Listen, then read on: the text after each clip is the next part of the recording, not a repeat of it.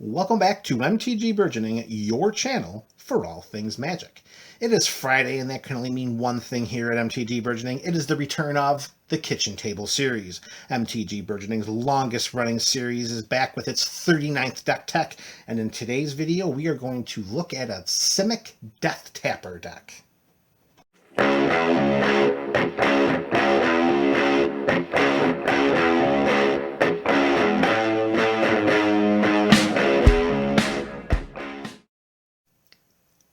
Hello and welcome back, MTGBC. That's the MTG Burgeoning community, baby. You are back for another episode of the Kitchen Table series. This is deck tech number 39. 39! This is our 39th deck tech. Holy mackerel, is the time just flying by here at MTG Burgeoning. So, deck tech number 39 is a Simic Death-Tapper deck, and I'm going to promise you right now, this is not to be mistaken as an ultra or uber competitive deck, but boy oh boy is it going to have some fun. So, as is generally customary here with the Kitchen Table series, we are going to begin with the installation of the land base. And there aren't too many thrills here. We're playing two colors. We're playing green, we're playing blue. So we're going to start with a whole mess of basic forests. You can count them all right there, folks. We've got 12 basic forests. Not a lot to see over here to go with those 12 basic forests. We've got 4 basic islands for a total of 16 basic lands, and to be topped off with a playset of the Simic Checkland Hinterland Harbor. It enters the battlefield untapped as long as we control a forest or an island. 4 copies of that, 20 lands, and because this is the kitchen table, the obligatory Soul Ring for our 21 sources of mana. That's going to be 16 basic lands, playset of the Simic Checkland, and 1 Soul Ring. So now let's get down to the tapping part of this Death-Tapper deck. We are going to include 8 different creature, let me reframe that, not 8 different creature auras, 8 creature auras that will allow our creatures to do some pinging. The first is going to be a full playset of Psionic Gift. For 1 in a blue, we have a creature aura that says enchanted creature has tap. This creature deals 1 damage to target creature or player. 4 copies of Psionic Gift. To coincide with the 4 copies of that, we're going to play with a full playset of Hermetic Study. For the same CMC, it does the same thing. Enchanted creature gets tap. This creature deals 1 damage to target creature or player. 4 copies of the Psionic Gift, 4 copies of Hermetic Study. Next up, we are going to include 8 total equipment that are going to help accentuate what we want in our Simic Death-Tappers. And the first is going to be a playset of Peregrine Mask. Costs 1 to cast, 2 to equip, and equipped creature has Defender, Flying, and First Strike. You're going to see why those are going to be important, particularly the flying and the first strike. The defender is a bit of a detriment, but if you are able to do what this deck is aiming to, it won't even matter. 4 copies of Peregrine Mask.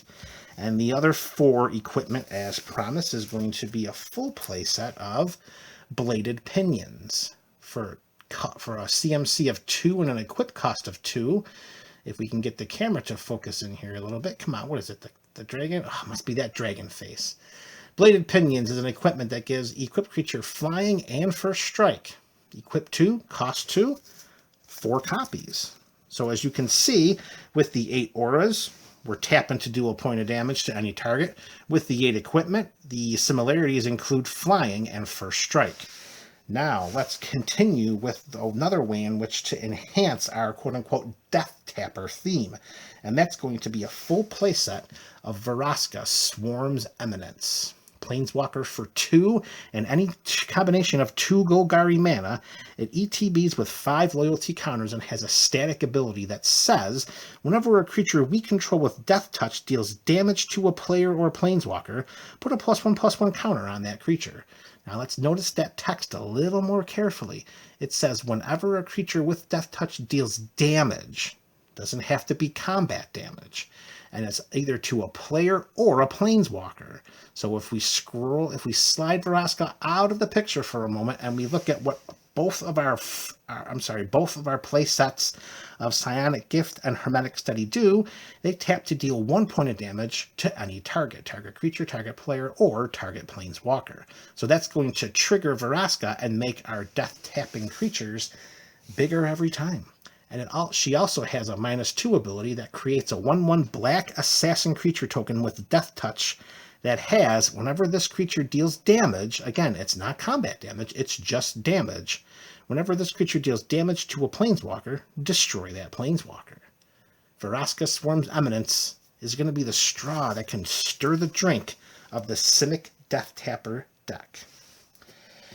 All right, so you've pretty much met the engine. You see that Vraska is there to oversee things. We have our 8 creature auras that are going to give us our pingers, our tappers, and then we have the 8 equipment that's going to give our creatures flying and first strike. Now let's meet the death part. Here we have a full play set of Sedge Scorpion. Just a green, just a 1/1 with Death Touch. Nothing to see here, just your standard run-of-the-mill 1-drop to get a Death Toucher into play as quickly as possible. After that, we have another Death Toucher for a green. This one is Wasteland Viper. This is a 1/2 for 1 and has Death Touch. However, it also has the oft-maligned Blood Rush mechanic. So going back to Gatecrash, this mechanic reads, tap a green, discard Wasteland Viper, target attacking creature gets +1/+2 and gains Death Touch until the end of turn.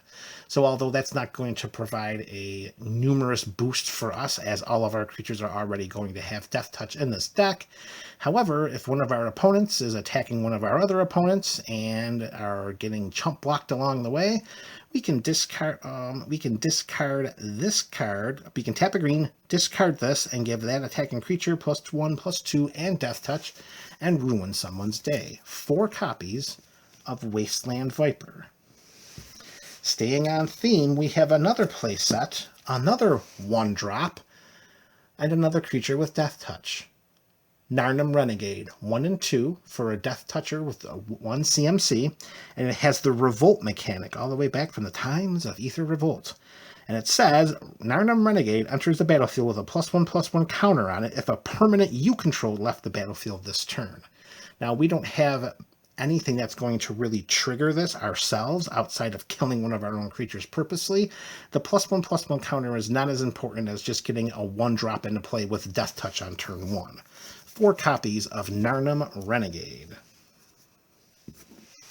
And our last creature set, it still costs 1 green, and it's still a play set, and it still has Death Touch. It's the Narrowwood Dryad from the days of Eldritch Moon. For 1 green, we get a 1/1 Death Toucher. However, it has the Delirium mechanic, and as long as there are 4 or more card types among cards in our graveyard, Narrowwood Dryad gets +2/+2. 4 copies, and that's going to complete our Death Toucher. So if we're looking at what we have here for our engine, this is our massive engine right here. We have our 16 1-drop Death Touch creatures.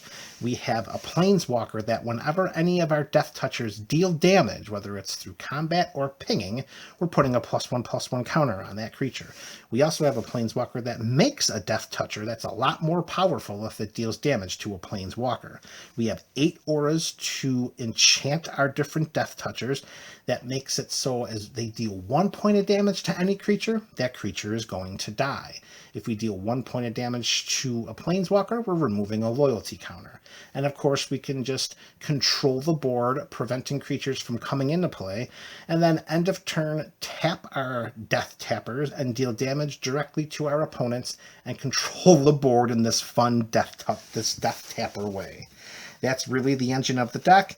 Those are the first 57 cards of the deck, and the last 3 are included to help ensure that we can really spread around the love of tapping these Death Touch creatures. The first inclusion is 1 copy of Quest for Renewal, 1 in a green enchantment from the days of original Zendikar block. This is from Worldwake. It reads, whenever a creature you control becomes tapped, you may put a quest counter on Quest for Renewal. As long as there are 4 more quest counters on Quest for Renewal, untap all creatures you control during each other player's untap step. So we can tap out at the end of our turn or during our turn, and then when our opponents untap, guess what, folks? We untap as well. And to kind of go back again to the core of this deck, with respect to the different equipment, giving our creatures flying and first strike, because of all of our creatures will have death touch, when either of those equipment are equipped, or whenever any of those equipment are attached to our death touching creatures, any creature that's coming towards us that we can block, flyers, ground walkers, as long as they are able to be blocked, and as long as they don't also have a first strike ability, we will kill them with our death touch before they can deal damage to our creatures, if we need to do that prior to enchanting any of our creatures with our pinging auras. All right, that was card 58 in Quest for Renewal, and the last two cards are a twofer of Murkfiend Liege. 2 and any combination of 3 Simic mana for a 4/4 horror that reads, other green creatures we control get +1/+1, other blue creatures we control get +1/+1. So the blue creatures' power and toughness boosts, not so prevalent in this deck, as our 16 death touchers are all green. However, the last ability saying untap all green and or blue permanents you control during each other player's untap step kind of makes it another version of Quest for Renewal. Now, I understand that the Murkfiend Liege is a pretty hefty CMC of 5, and it is a creature, so it'll be a little more easily removed during a game of multiplayer Magic, but still, we're going to include 2 copies as just a way for some other types of redundancy. All right, folks, Burgeonites community. That's it. That's Deck Tech number 39 here at the Kitchen Table Series. This was Simic Death-Tappers. This is MTG Burgeoning, your channel for all things Magic.